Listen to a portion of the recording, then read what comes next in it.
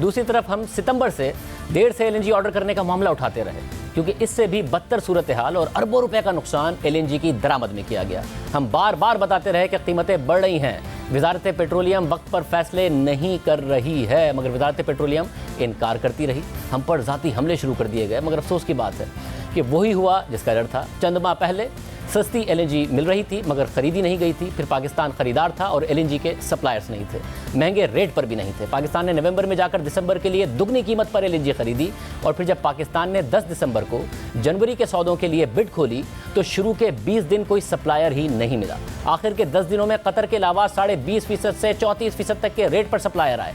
वजारत petroleum ने फिर emergency tender किया ताकि जनवरी के शुरू के 20 दिन में गैस की कमी को पूरा किया जा सके, और फिर 12 से 13 जनवरी के लिए कोई सप्लायर नहीं आया और 8 से 9 जनवरी के लिए $19.8 और $15.2 तक की रिकॉर्ड बिड्स आई, जो चंद माह पहले $5 से $6 पर मिल रही थी। यानी फिर अरबों का नुकसान किया गया और सिर्फ सर्दियों में पाकिस्तान को देर करने की वजह से 50 अरब रुपए का नुकसान उठाना पड़ा। अवाम को गैस नहीं मिली, वो सड़कों पर निकल आई। इंडस्ट्री को गैस नहीं मिल रही थी, वो शोर मचाती रही।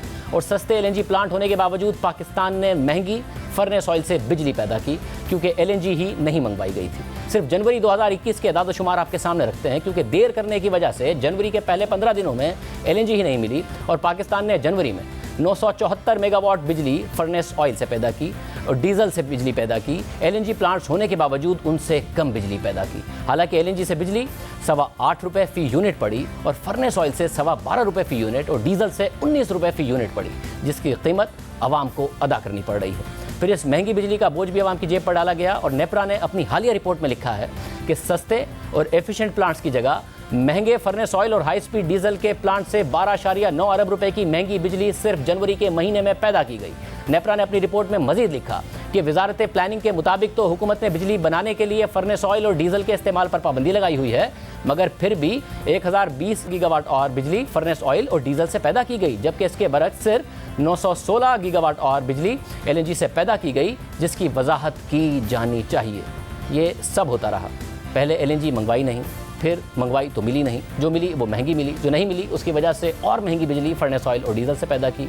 मुल्क और कौम को 50 अरब रुपए से ज़्यादा का नुकसान सिर्फ इन सर्दियों में पहुंचाया गया। तकरीबन 150 अरब रुपए का नुकसान 2.5 साल में कर दिया गया।